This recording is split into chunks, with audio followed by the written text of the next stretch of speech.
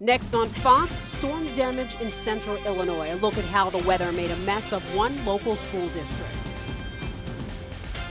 Teenager in custody tonight, who Jacksonville police arrested in connection with leaving a newborn baby in a dumpster. Plus, District 26 officials respond to last night's race meeting. If more Black history should be taught in local schools.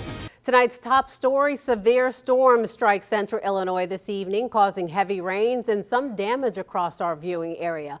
In Logan County, 2 people were sent to the hospital with non-life-threatening injuries after a car accident near Elkhart on Interstate 55. And over in Cass County, the roof of the Virginia school gym was blown completely off into a football field. Newschannel at 9's Brett Baldick reports from Virginia.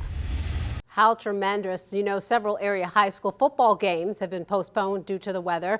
Many have been rescheduled for tomorrow. Well, in other news tonight, a 17-year-old girl is in custody in Jacksonville tonight, accused of abandoning her newborn in a dumpster over the weekend. Police found the baby still alive early Saturday morning. It was treated at Passavant Hospital. It's now with DCFS.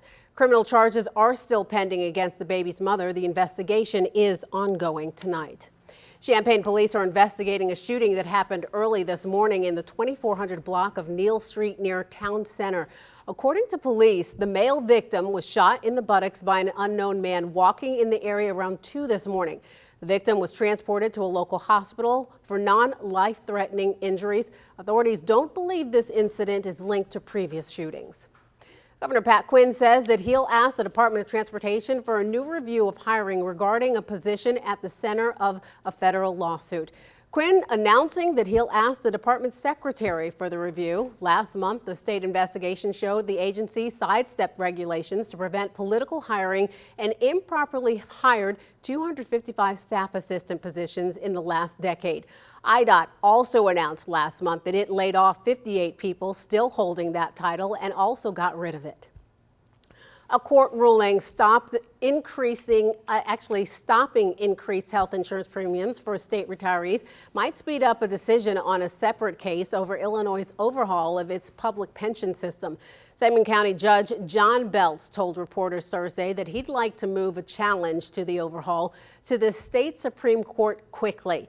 Experts believe that the case wouldn't be settled before 2015, but in July, the Illinois Supreme Court ruled a law requiring retirees to pay more for health insurance was unconstitutional. Today, we talked to a group who appeared at yesterday's meeting, and they tell us what the health insurance ruling means for pension reform. The health insurance case reaffirms a long-standing series of cases that hold that the Pension Protection Clause protects employees and retirees' pension benefits. The Pension Protection Clause was at the center of the health care case, and the Supreme Court, on a 6-1 majority decision, held that the Pension Protection Clause is not subject to exceptions that weren't written into the law.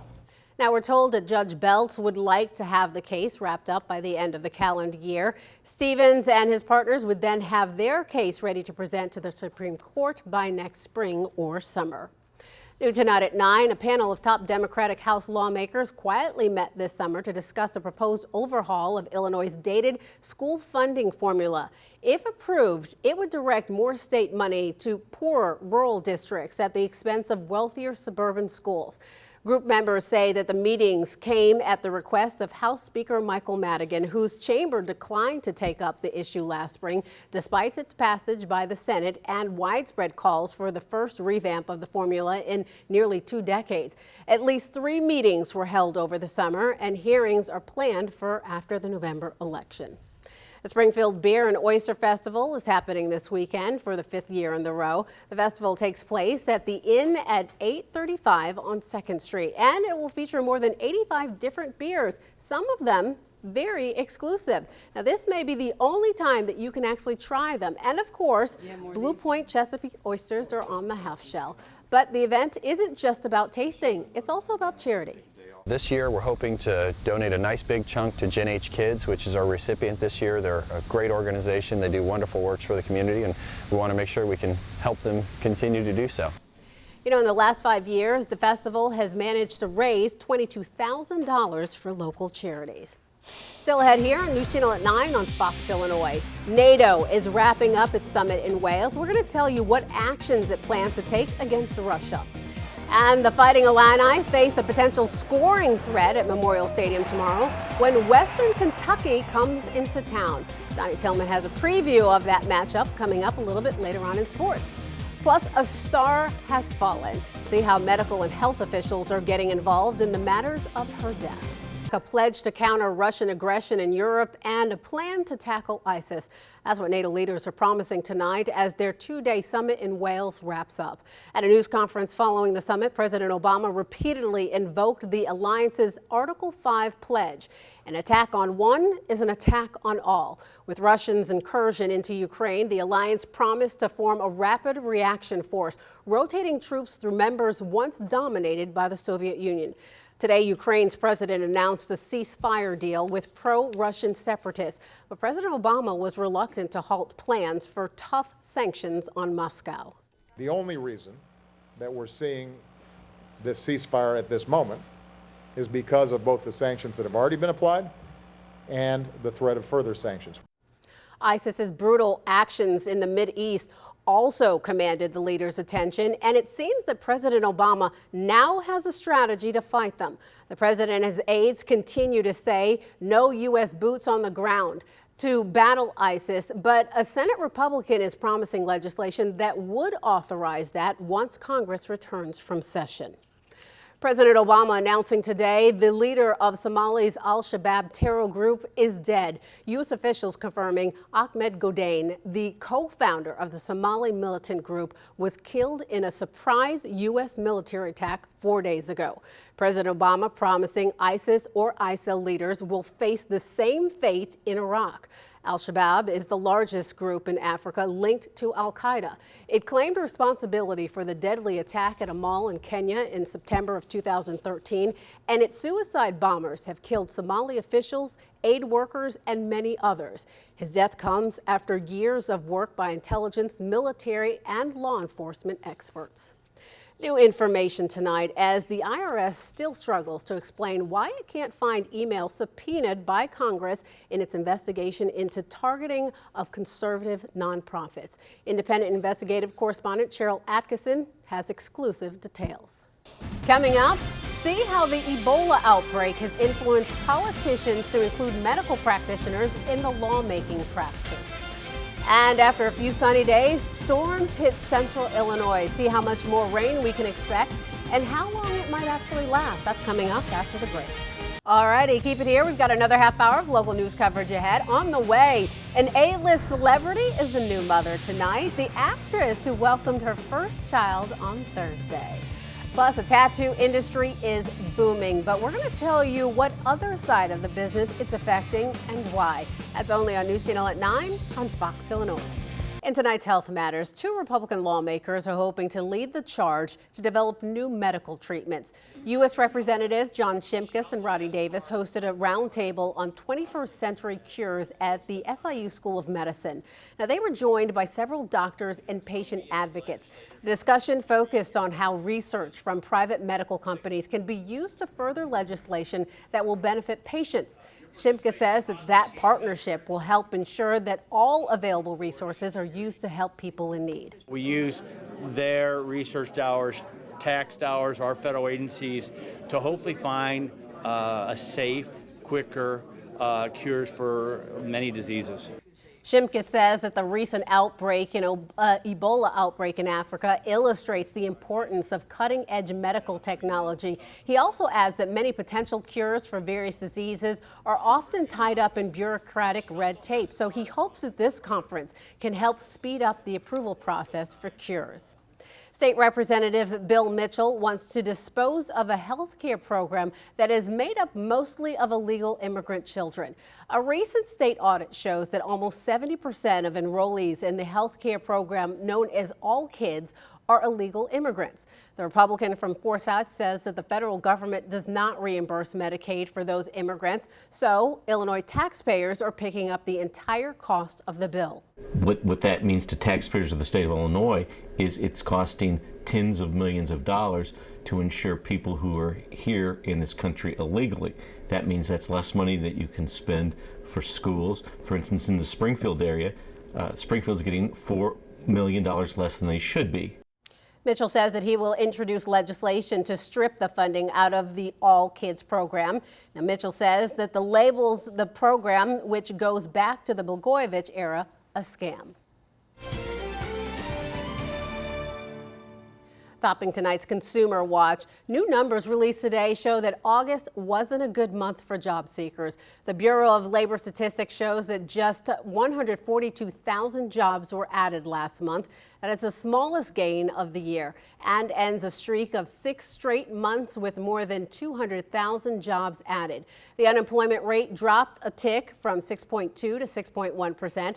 That's because of the number of people who stopped looking for jobs and left the workforce. Governor Pat Quinn says that more jobs will be coming to Central Illinois because of a new round of construction projects. Some of the projects include adding storm sewer and resurfacing to West Fayette Avenue in Springfield, patching and resurfacing part of US 36 in Macon County, and patching parts of I-55 in Montgomery and McLean counties. More than $6 million will be spent on these projects. Workers' compensation claims are down more than 19%. According to the Quinn administration, the drop is because of reforms enacted in 2011. The National Council of Compensation Insurance says that the drop reflects a major reduction in the cost of claims paid by insurers and gives savings to businesses across the state. Now, Governor Quinn, running for re-election, says that the drop is paving the way for economic recovery in Illinois, citing the 6-year low in state unemployment. However, the August report from the Bureau of Labor Statistics shows a drop in unemployment might also be due to people leaving the workforce altogether. Well, new at 9, getting a tattoo is more popular than ever, but tattoo removal, well, that's a $76 million business. A big reason for the increase, the technology is better than ever. Most tattoos can be completely erased after a few laser removal sessions. One Chicago business says that they have seen a 300% increase in tattoo removals in the past 3 years, and people from all walks of life have their own reasons for wanting to remove their tattoos. The tattoo they got when they were younger is no longer palatable and can hold them back whenever they have an interview. We also get 50 and 60-year-olds that want to get tattoos from when they were in the Army to come. And we have people that were involved in gang activities at one point, and now they come in to get those taken off. You know, while more and more people may be looking to erase their past tattoos, they say that that doesn't mean they're against getting re-inked in the future. Well, stay tuned. We've got more local news coverage on the way coming up. Race has been a big issue when it comes to the law, but did you know that it's also a big issue in Central Illinois schools? We're going to tell you how. Plus, the crossover many people have been waiting for. The Simpsons and Family Guy. The person who was able to make it all happen. And do you know a teacher who deserves a little special recognition? If so, send us your nominations for Teacher of the Week to teacher@foxillinois.com. Just make sure you tell us your teacher's name, school, and why he or she is so special. Then stay tuned to see if your teacher is our Good Day Illinois Teacher of the Week. We're back in a moment. Tonight, parents are sharing their concerns on racial inequality in Springfield schools. Education was one of the hot topics addressed at last night's forum held by the local NAACP. Newschannel at 9's Lindsay Hess brings us this follow-up story. Well, Johnson says that while she agrees that Black history should be taught year-round and not just during Black History Month, parents should also educate children on their heritage as well. A top police officer in the city of Springfield responding to last night's meeting. Chief Kenny Winslow says that he is pleased with the meeting and how the sensitive subject matter of race relations was discussed. And it was a good exchange between community members and police. Now, Chief Winslow says that one of the best things that came out of the meeting was the desire for community members to work together with law enforcement. The chief adds that the public's help is needed to best serve the community because when the community cooperates with law enforcement, it helps officers solve cases. It is of the utmost importance to have a good working relationship with the community. And that was the thing I liked the best, is the fact that we are communicating, we are talking. We have to all work together. And I think that's there seemed to be a strong desire to do that, and that's what I liked about it the best. Chief Winslow also stressed that open communication is the best part of law enforcement working with the community. Springfield Alderman Sam Canman, under investigation by a state agency for alleged conflicts of interest, says that he never knowingly engaged in conflicts of interest, according to his attorney. The state commission that oversees and regulates attorneys filed a 3-count complaint against Canman on Wednesday. The commission alleges that Canman, in his capacity as a city alderman, should not have represented in his private practice several clients in cases where the Springfield Police Department was the arresting agency. Wants to make it clear that he's always tried to do his best for the city of Springfield and its constituents, as well as his law clients. He doesn't believe that anything here reflects that he's done anything wrong on behalf of those people. Canman's attorney, Bill Moran, says that Canman never had any issue like this when he served on the Sangamon County Board and represented people in his private practice who had cases involving the county's state attorney and the sheriff department. Moran says that Canman assumed that the same to be true when he became a Springfield alderman.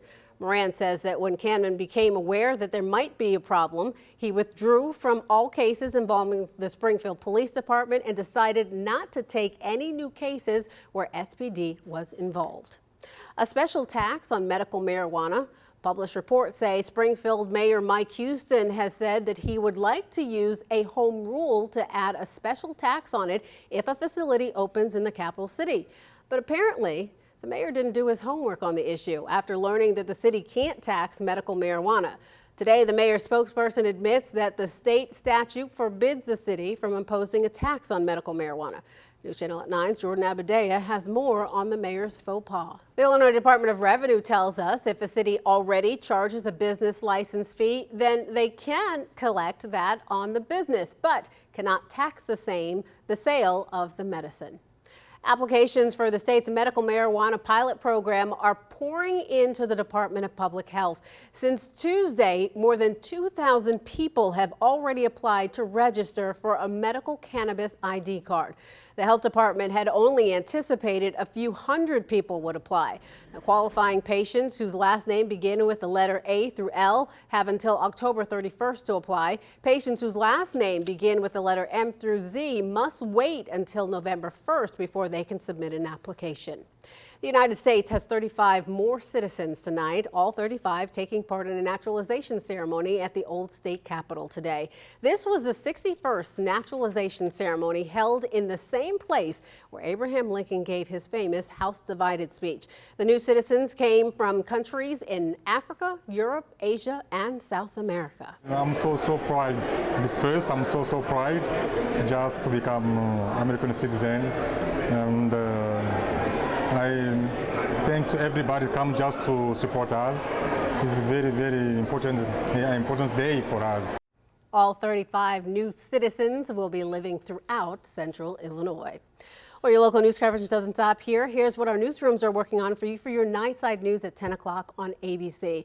It is a busy night across central Illinois for high school football. Our crews are working hard to get you all of the highlights that you will not want to miss. That's coming up tonight on ABC News Channel's Nightside.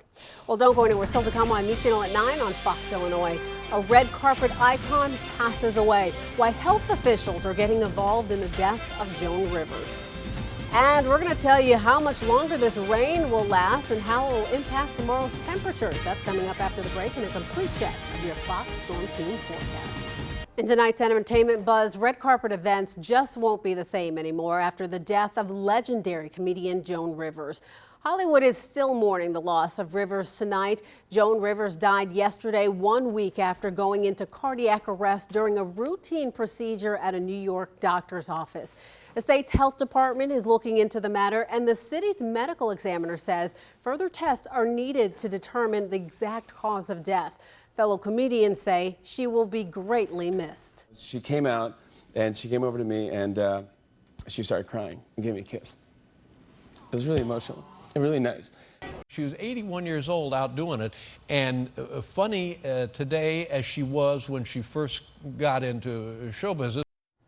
A private funeral will be held Sunday at Temple Emmanuel in Manhattan. Rivers is survived by a grandson, Cooper, and her daughter and frequent collaborator, Melissa. Chicago radio and television personality Roy Leonard has died. Leonard was especially well known for decades as a talk radio host, conducting celebrity interviews and movie reviews on Chicago's WGN radio and TV. His 3-decade run was marked by interviews with a staggering array of A-list entertainers. Roy Leonard was 83. A Hollywood A-lister gives birth and Jennifer Lopez shakes things up. Fox's Adam Housley has it all in tonight's Hollywood Nation. It is happening soon. Homer Simpson and Peter Griffin are finally going to hang out together. On September 28th, the two will both appear in the season premiere of Family Guy. That's something that many fans thought would never happen. This guy, Rich Appel, he's an executive producer on The Family Guy, but he used to work on The Simpsons. So once you had that guy from the Simpsons family, now over in the Family Guy family, that sort of was able to bridge the gap between these two shows. And I think he really ultimately is probably the guy that gets a lot of the credit for making it happen. Well, producers are calling the upcoming hour-long Family Guy season premiere that will combine the franchises a true display of animation domination.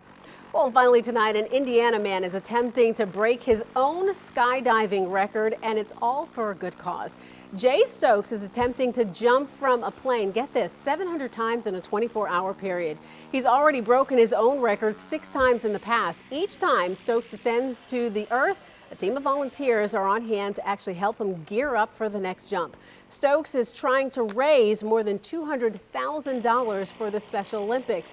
He began this morning and will wrap up tomorrow morning.